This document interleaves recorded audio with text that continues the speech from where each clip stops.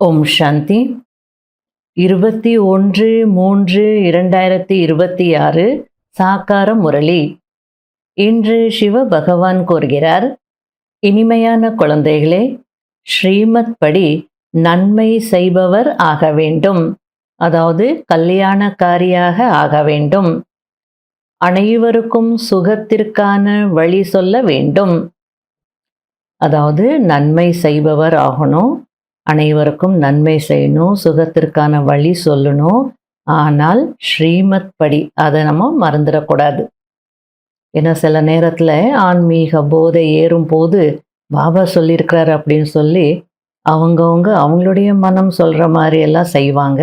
ஆனால் Baba the word of caution, Shrimat படி கல்யாணக்காரியாக ஆகணும் அப்படின்னு சொல்லிட்டு இருக்கிறார். கேள்வி: எந்த ஒரு தவறும் ஏற்படுவதற்கான முக்கிய காரணம் என்ன?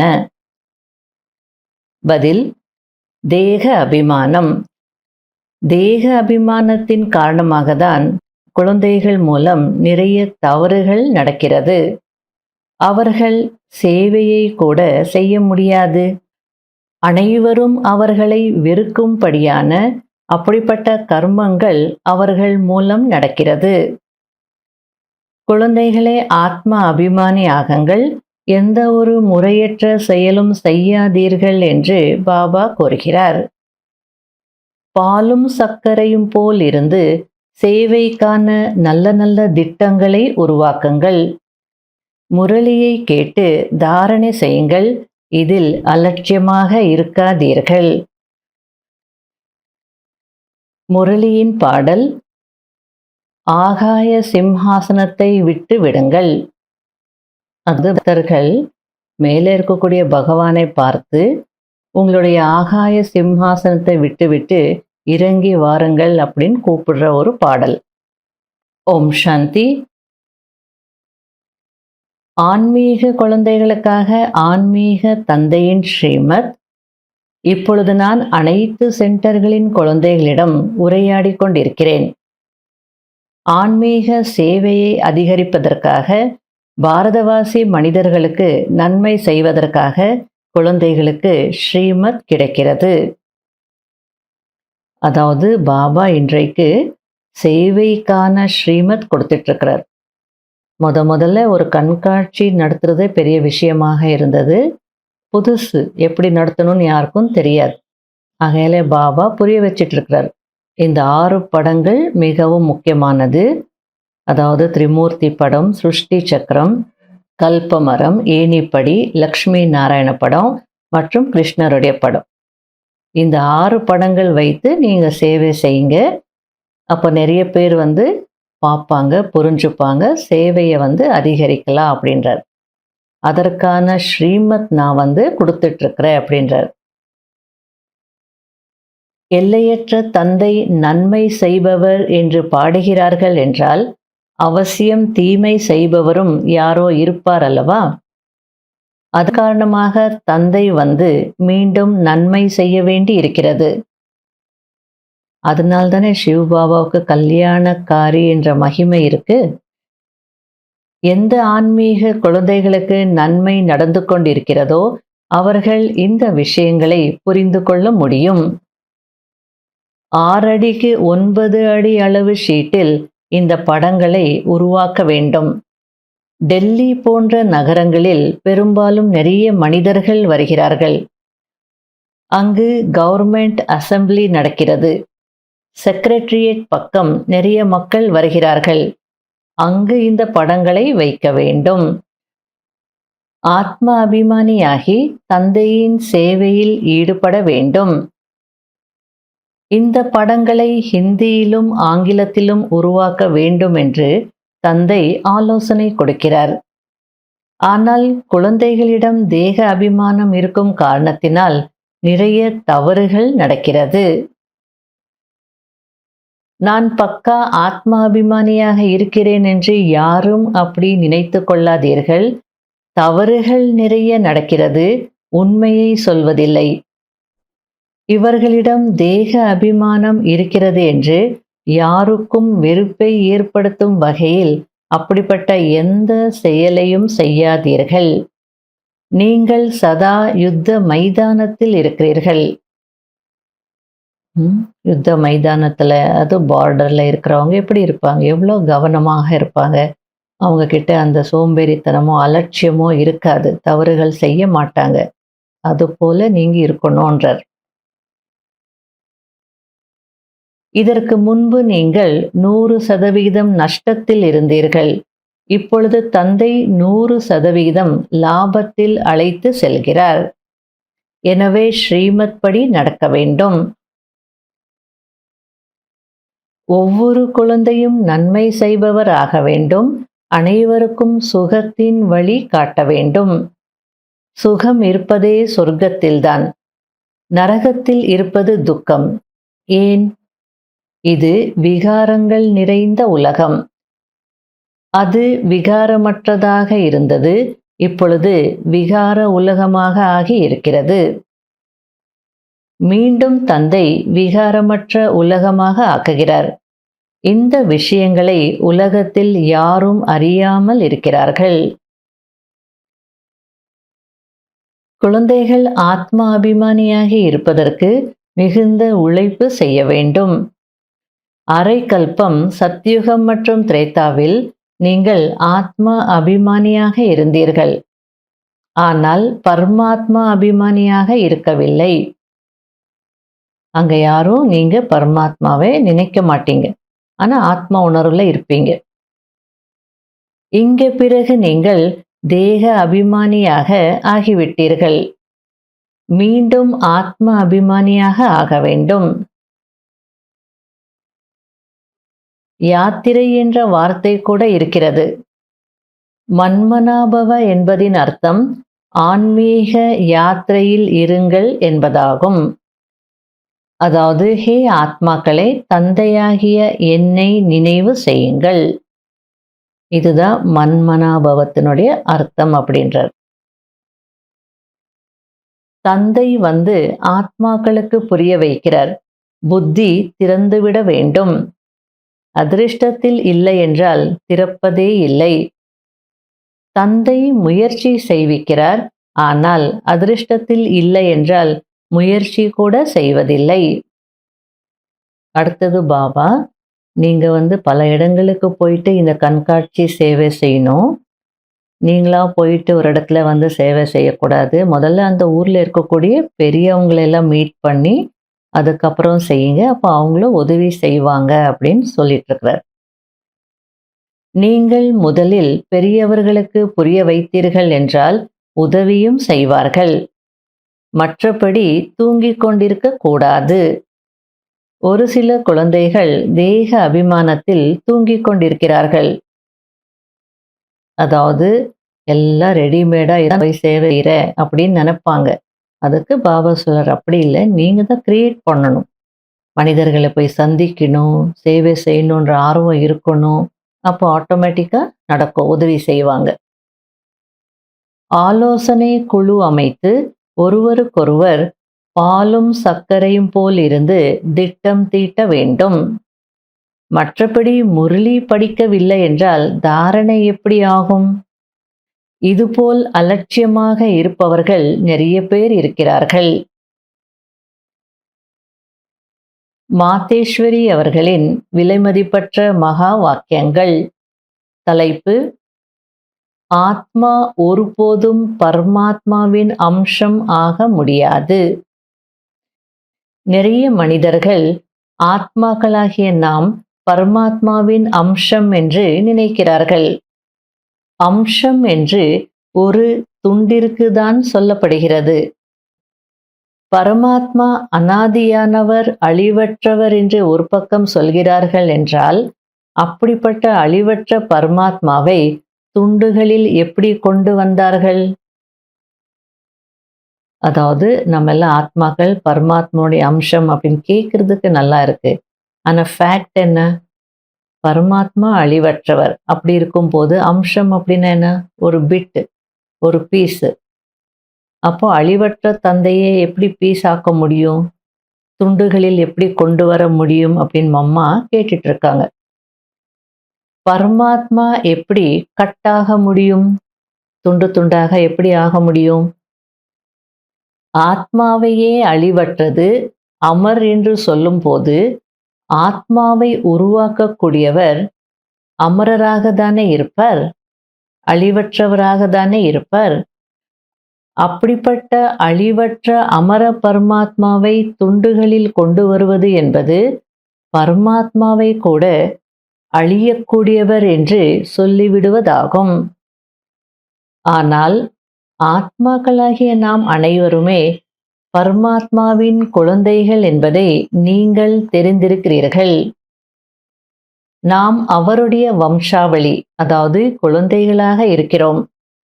அது எப்படி அம்சமாக முடியும்? ஆகையால் பரமாத்மாவின் மகா வாக்கியம், குழந்தைகளே, நான் அழிவற்றவன், சுயம் சுடர்விடும் ஜோதியானவன், நான் ஒரு தீபமாக இருக்கிறேன், நான் ஒருபோதும் அணைவதில்லை, மற்ற அனைத்து மனித ஆத்மாக்களின் தீபங்களும் ஒளிரவும் செய்கிறது, அணையவும் செய்கிறது. அனைத்து தீபங்களின் ஒளியை ஏற்றக்கூடியவர், மேலும் நான் லைட் மற்றும் மைட் கொடுக்கக்கூடியவராகவும் இருக்கிறேன். மற்றபடி பரமாத்மாவாகிய என்னுடைய பிரகாசத்திற்கும் ஆத்மாவின் பிரகாசத்திற்கு இடையே அவசியம் வித்தியாசம் இருக்கிறது. உதாரணத்திற்கு, பல்ப் இருக்கிறது என்றால் சிலது அதிகமான பவருடையதாக இருக்கிறது, சிலது குறைந்த பவருடையதாகவும் இருக்கிறது. 0 வாட்ஸ் பல்ப் இருக்கு, 40 வாட்ஸ் இருக்கு, வித்தியாசம் இருக்கு இல்லையா? அதே போல ஆத்மாவில் இருக்கக்கூடிய அந்த பவர் அல்லது பிரகாசத்திலையும் வித்தியாசம் இருக்குன்னு அம்மா புரிய வச்சிட்டு இருக்காங்க. அதே போல் ஆத்மாக்களில் கூட சிலது பவருடையதாகவும் சிலது குறைந்த பவருடையதாகவும் இருக்கிறது. மற்றபடி பரமாத்மாவின் சக்தி யாரை விடவும் குறைந்ததாகவோ அல்லது அதிகமானதோ என்று அதுபோல் இருப்பதில்லை. எனவேதான் பரமாத்மாவை பற்றி சொல்லும் போது, அதாவது அனைத்து ஆத்மாக்களையும் விட அவரிடம் அதீத சக்தி இருக்கிறது என்று சொல்கிறார்கள். அவர் உலகத்தின் கடைசி கட்டத்தில் வருகிறார். ஒருவேளை யாராவது பரமாத்மா சிருஷ்டியின் இடையில் வருகிறார், அதாவது ஒவ்வொரு யுகத்திலும் வருகிறார் என்றால், அதாவது பரமாத்மா இடையில் வந்துவிட்டால் பிறகு அவரை அனைவரையும் விட உயர்ந்தவர் என்று எப்படி சொல்ல முடியும்? ஒருவேளை யாவது ஒவ்வொரு யுகத்திலும் வருகிறார் என்று சொன்னால் என்னவென்று புரிந்து கொள்வது? பரமாத்மா அடிக்கடி தன்னுடைய சக்தியை பயன்படுத்துகிறார் என்று புரிந்து கொள்வதா? ஒருவேளை இடையிடையே தன்னுடைய சக்தியின் மூலம் அனைவருக்கும் சக்தி அல்லது சத்கதி கொடுத்து விடுகிறார் என்றால் அந்த சக்தி நிலையாக இருக்க வேண்டும் அல்லவா? அதாவது மம்மா எந்த பாயிண்ட் ப்ரூவ் பண்ணிட்டு இருக்காங்க அப்படின்னா, பரமாத்மா கடைசியில தான் வராரு, கடைசியில தான் வரணும். அவர் சர்வசக்திவான் தான். சரி, இடையிடையில வராருன்னே வச்சுக்கோங்க. துவாபர யுகத்துல வராரு, கலியுகத்துல ஸ்டார்டிங்ல வராருன்னு வச்சுக்கோங்க. அப்படி இடையிடையில எல்லாருக்கும் சக்தியும் சத்கதியும் கொடுத்துட்டாரு அப்படின்னா அது பரமாத்மா கொடுத்தது. கொஞ்ச காலத்திற்காவது அது நிலையாக இருக்கணும் தானே. அப்ப ஏன் துர்கதி ஏற்பட்டிருக்கு அப்படின்ற அந்த கேள்வியும் வரும் தானே. பிறகு ஏன் துர்கதியை அடைகிறார்கள்? எனவே இதன் மூலம் பரமாத்மா ஒவ்வொரு யுகத்திலும் வருவதில்லை என்பது நிரூபணம் ஆகிறது. இதெல்லாம் கேட்கும் போது எப்படி இருக்கு? கோர்ட்ல ஜட்ஜு முன்னாடி ஒரு வக்கீல் அதெல்லாம் சொல்லி கடைசியில இதன் மூலம் அப்படின்னு கன்க்ளூஷனுக்கு வருவாங்களே, அந்த மாதிரி நிரூபிக்கிறாங்க மம்மா, ப்ரூவ் பண்றாங்க.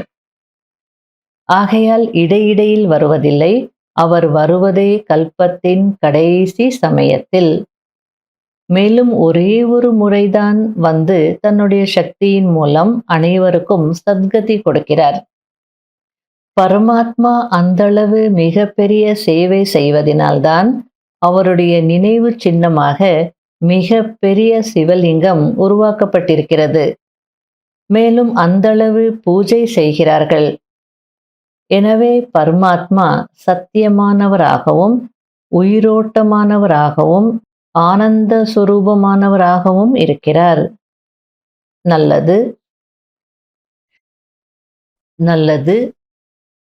இனிமையிலும் இனிமையான தேடி கண்டெடுக்கப்பட்ட செல்ல குழந்தைகளுக்கு மாத்பிதா பாப் தாதாவின் அன்பு நினைவுகள் மற்றும் குட் மார்னிங்.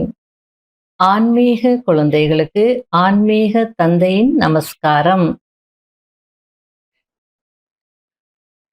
கடைபிடிக்க வேண்டிய முக்கியமான சாராம்சம். முதல் பாயிண்ட், ஆத்ம அபிமானியாக ஆகி சேவைக்கான பல்வேறு வழிமுறைகளை சிந்திக்க வேண்டும். தங்களுக்குள் பாலும் சர்க்கரையும் போல் இனிமையாக இருந்து சேவை செய்ய வேண்டும். எப்படி தந்தை கல்யாணக்காரியாக இருக்கிறாரோ அதேபோல் கல்யாணக்காரி ஆக வேண்டும். அதாவது எப்படி பாபா நன்மை செய்பவராக இருக்கிறாரோ அதேபோல் நீங்களும் நன்மை செய்பவர் ஆக வேண்டும். இரண்டாவது பாயிண்ட், அன்பு புத்தியுடையவராகி மற்ற தொடர்புகளை துண்டிவிட்டு ஒரு பாபாவிடம் தொடர்பை இணைக்க வேண்டும். கல்ப கல்பத்திற்கு நஷ்டம் ஏற்பட்டுவிடும்படியான அப்படிப்பட்ட எந்த ஒரு முறையற்ற செயலையும் செய்யக்கூடாது. வரதானம். எல்லையற்ற வைராகிய உள்ளுணர்வின் மூலம் மோகத்தை வென்று நினைவு ஸ்வரூபமாகக்கூடிய ஆடாதவர் அசையாதவர் ஆகுங்கள். யார் சதா எல்லையற்ற வைராகிய உள்ளுணர்வில் இருக்கிறார்களோ அவர்கள் ஒருபோதும் எந்த காட்சியை பார்த்தும் பயப்படவோ ஆடவோ மாட்டார்கள். சதா ஆடாதவர்கள் அசையாதவராக இருப்பார்கள். ஏனென்றால் எல்லையற்ற வைராகிய உள்ளுணர்வின் மூலம் நஷ்டோ மோகா, அதாவது மோகத்தை வென்றவராக நினைவு சொரூபமானவராக ஆகி விடுவார்கள். ஒருவேளை எதையாவது பார்த்து கொஞ்சம் அம்ச அளவில் கூட குழப்பம் ஏற்படுகிறது அல்லது மோகம் உற்பத்தி ஆகிறது என்றால் அங்கதனுக்கு சமமாக ஆடாதவர் அசையாதவர் என்று சொல்ல முடியாது. எல்லையற்ற வைராகிய உள்ளுணர்வில் கம்பீரத்தன்மையின் கூடவே ரமணீகரமும் அடங்கி இருக்கிறது. எவ்வளோ நல்லா புரிய வச்சிட்டு இருக்கிறார். சில பேர் எல்லையற்ற வைராகியம் இருக்குன்னு சொல்லி சிரிக்க மாட்டாங்க, பேச மாட்டாங்க, பழக மாட்டாங்க. ஒரு பாபா தான் அப்படின்னு முயற்சி பாபான்னு இருப்பாங்க. அதுக்கு பாபா சொல்லிட்டு இருக்கிறார், எல்லையற்ற வைராகிய உள்ளுணர்வு அப்படின்னா கம்பீரமாகவும் இருப்பாங்க, அதே நேரத்தில் ரமணீகரமாகவும் இருப்பாங்க அப்படின்றார். ஸ்லோகன். ராஜ்ய அதிகாரியின் கூடவே எல்லையற்ற வைராகியம் உடையவராகி இருக்க வேண்டும். இதுதான் ராஜ ரிஷியின் அடையாளம் ஆகும். அவ்யக்த சமிகை. வீண் எண்ணங்கள் அல்லது சந்தேகம் எழுவதற்கான சூழ்நிலை இருந்த போதிலும் சதா தந்தை ரக்ஷகராக இருக்கிறார், நன்மை செய்பவராக இருக்கிறார் என்ற சக்திசாலியான எண்ணங்கள் எழ வேண்டும். அதாவது பாபா கல்யாணக்காரி, அதாவது நன்மை செய்பவர், அதே நேரத்தில் காப்பாற்றக்கூடியவர். ஆழ் மனதிற்குள்ள இது போயிடணும். அப்போ வீண் எண்ணங்களும் வராது, சந்தேகத்தின் எண்ணங்களும் வராது. இந்த நம்பிக்கைக்கு அவசியம் வெற்றி கிடைக்கும். கேள்விக்குறி என்ற வளைந்த வழியை தேர்ந்தெடுக்காமல் சதா நன்மையே என்ற புள்ளி வைத்து விடுங்கள். Full stop. இந்த விதியின் மூலம் ஒவ்வொரு விஷயமும் சகஜமாகவும் ஆகிவிடும், மேலும் வெற்றியும் கிடைத்துவிடும்.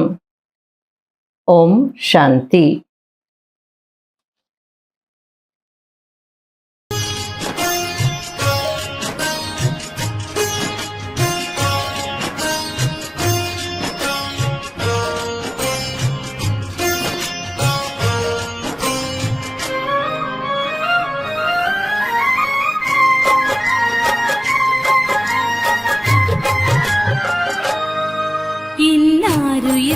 நண்பன் நீ, என் ஆசை நாயகன் நீ,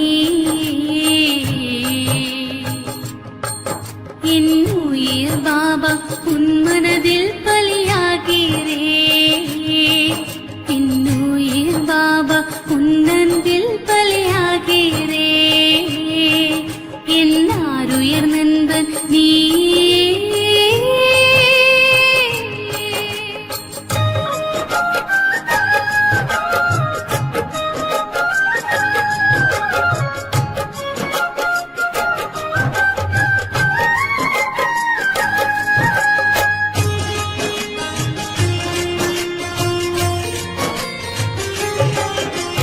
தூரதேசம் இருந்து வந்து முரளி சொன்னாய் பாபா, தூங்கியிருந்த உயிர்களுக்கெல்லாம் நிம்மதி தந்தாய் பாபா. தூரதேசம் இருந்து வந்து முரளி சொன்னாய் பாபா, தூங்கியிருந்த உயிர்களுக்கெல்லாம் நிம்மதி தந்தாய் பாபா. பாபா என்னும் பெயரில் மந்திரத்தான் இருக்கிறது, மாயா என்னும் பேரே மதுவே அழிகிறது. அதர்ம உலகம் மாறட்டுமே, புது ஸ்வர்க்க உலகம் தொடங்கட்டுமே. என் உயிர் பாபா உன் மனதில் பலியாகிறே, என் உயிர் பாபா உன் அன்பில் பலியாகிறே, என் ஆருயிர் நண்பன் நீ.